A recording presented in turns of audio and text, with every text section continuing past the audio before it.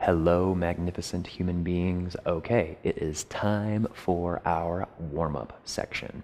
So, most of the time, you'll just begin in a seated position, just like this.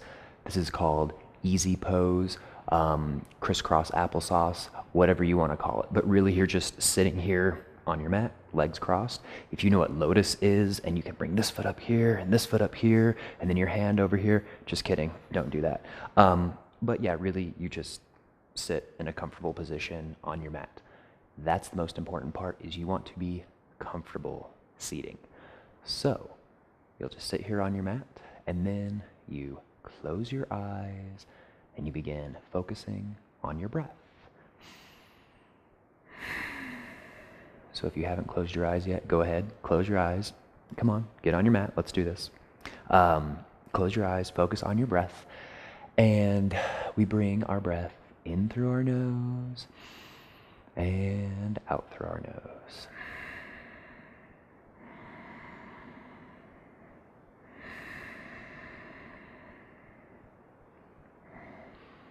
And in your warm-up series, really, this is extremely important because this breath helps you relax, helps you forget about your day.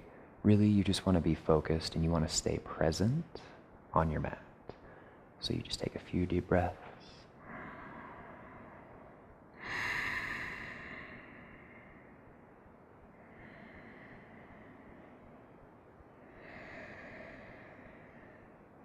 And after the instructor has guided you through a few deep breaths, then they'll typically ask you to set an intention for your class.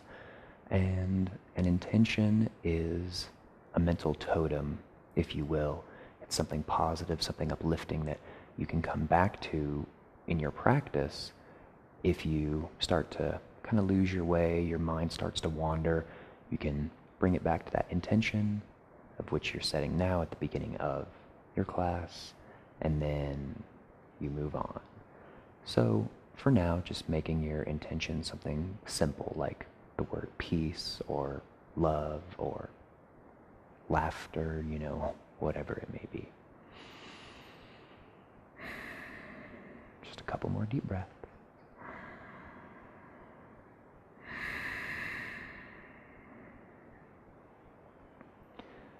Very good. So, after you've set your intention, then typically the warm-up series will start. So go ahead, swing your legs on out into staff pose. So staff pose, legs are separated just a little bit. You're seeking to have an inward rotation of your legs a tiny bit. Your toes aren't going to touch when you do this, but that's the feel that you want. You want to ground down through those sits bones, but lengthen through your spine. Fingertips can just kind of relax here by your side. Eye gaze is straight in front of you, shoulders down and back, and as always, we breathe.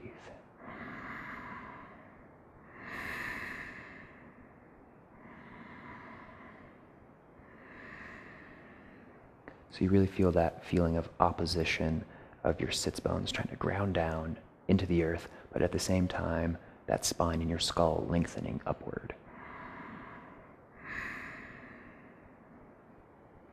So staff pose, a typical part of the warm-up series. Next is seated forward bend. So your legs can actually be apart or together, doesn't really matter too much. I prefer having my feet closer together. And then seated forward bend, you just fold on down. Now in a traditional seated forward bend, back very straight, legs straight as well, and you hinge at those hips perfectly coming on down. So I am not the most flexible yogi in the world, and in lots of postures we encourage people to modify.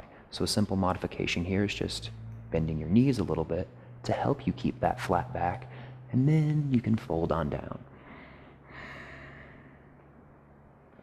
And if your back does start to round, that's fine too. Just don't really, hunch over. So maybe you need to bend your knees this much, maybe it's all the way up here. Whatever you can, you're really aiming for a stretch in your hamstrings. And as always, a few breaths.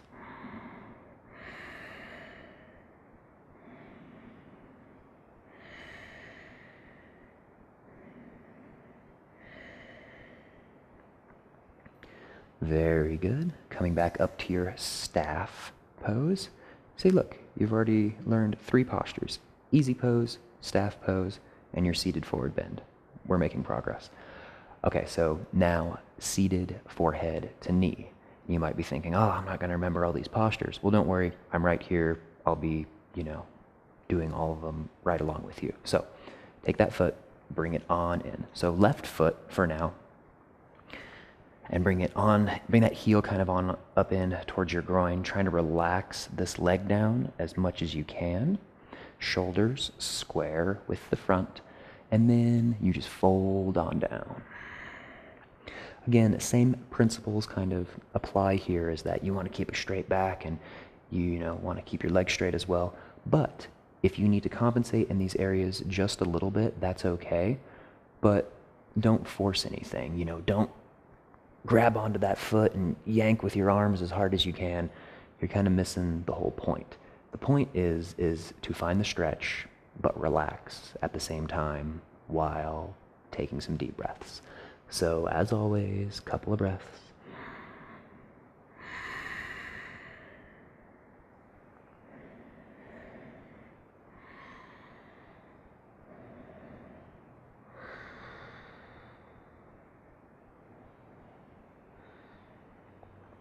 Coming back up. Excellent job. So bring this leg out into your staff pose just briefly. And then right foot comes on in for our seated forehead to knee.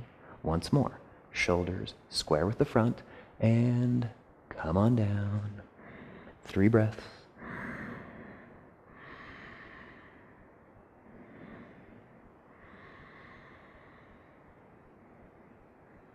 And if your mind starts to wander and you start thinking about all these things that you need to do and want to do today, we can come back to our intention, of which we set at the beginning of class, just grounding, just relaxing.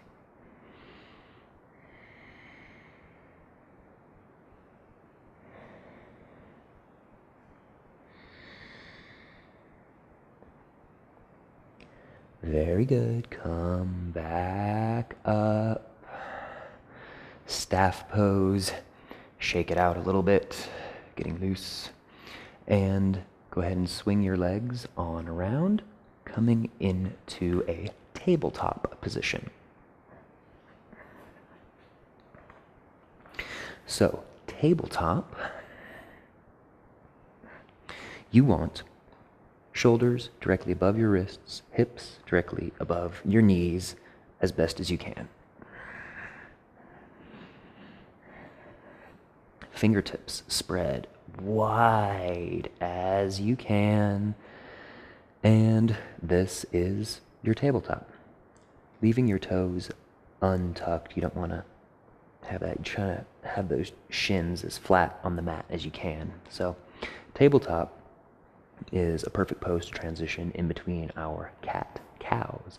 So in cow, you inhale, look up, drop your belly, eye gaze lifts, and then exhale, cat. Push the earth away from you and round your spine. Inhale, look up, drop your belly, eye gaze lifts, and exhale, cat. Push the earth away from you, rounding your spine.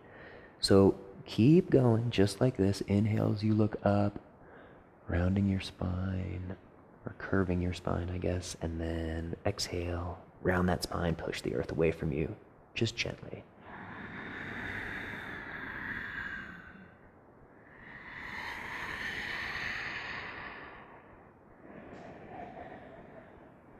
Coming back into a neutral position, So you'll flow through your cat-cows, just for 4 or 5 rounds. And then another good warm-up posture is tiger pose. Yes, tiger like rawr. You take your left hand, bring it on out in front of you, and then the opposite leg, so your right leg extends behind you. So you may notice from your tabletop, you might not be able to just reach both of them out at the same time. You may have to kind of shallow things up a little bit and move that opposite hand. So for now, left hand out, right leg back, and you lengthen. So you're going to notice, depending on your level of strength, flexibility, all these things, that you may only be here, you might be here, or the goal is to really lengthen that leg, point your toes out and fingertips out as well. Sometimes teachers will say, oh no, keep your heel flexed or keep your toes pointed. It's all kind of basically the same.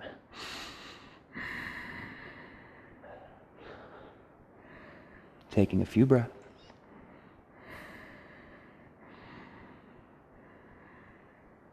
Set it on down. So you can see this is why it's kind of the warm-up series, because you're starting to really have to breathe a little bit more when you have these balancing postures here closer to the mat, and you're actually engaging your core and using that a little bit more as well.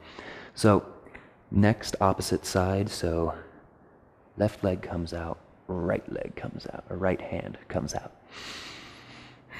3 breaths, just like we always do.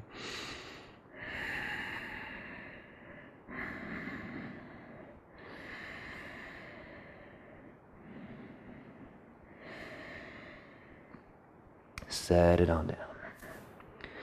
And I keep saying 3 breaths for the purpose of this warm-up series, to just kind of demonstrate things. Some teachers say 5 breaths, some teachers say 10 breaths, some teachers don't talk about breath very much.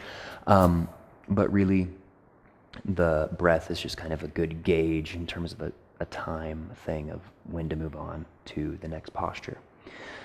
So, last pose I will leave you in your warm-up series is downward facing dog. So tuck your toes, probably walk your hands out a tiny bit, and then lift those hips, seeking to drop your heels down in your downward facing dog.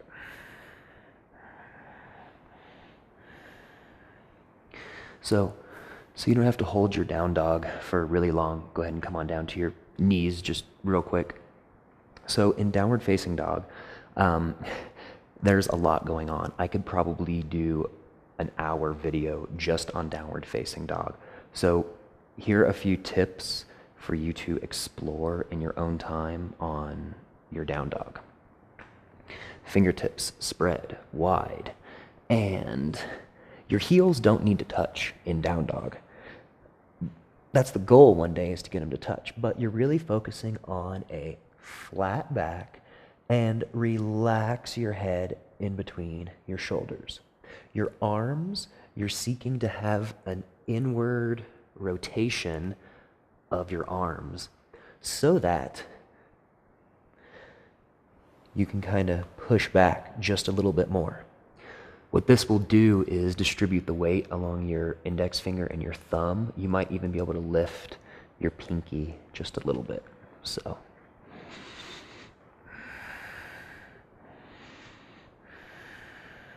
And in your down dog, you can always pedal it out. They call it walking your dog, so alternating your heels. So go ahead and come on down. So that is your down dog. In a video coming up, we're going to explore this a lot more. So that's your basic warm-up series. Another warm-up posture or resting posture, I know I said I'd leave you in down dog with one more, but this is also an excellent one, is child's pose. So knees together, sitting upright, and then you just come on down, laying your forehead on the mat.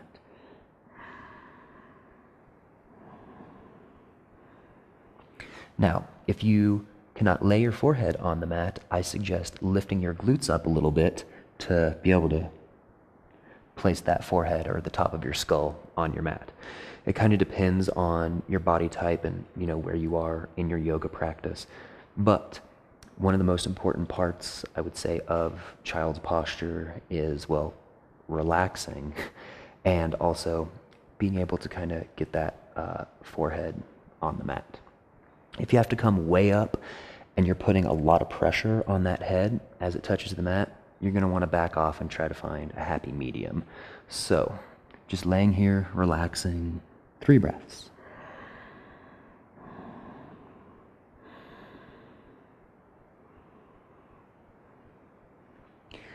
And also, you may see people with their hands out. This is also fine. If you feel more comfortable having your hands out here, cool. If you want them behind you, that's cool too. Whichever way is, again, totally fine. So that is the warm-up series. Thanks so much for checking it out. You're doing awesome. Let's move on to the next video where we talk about our sun salutations. Thanks for being here, and we'll see you in the next video.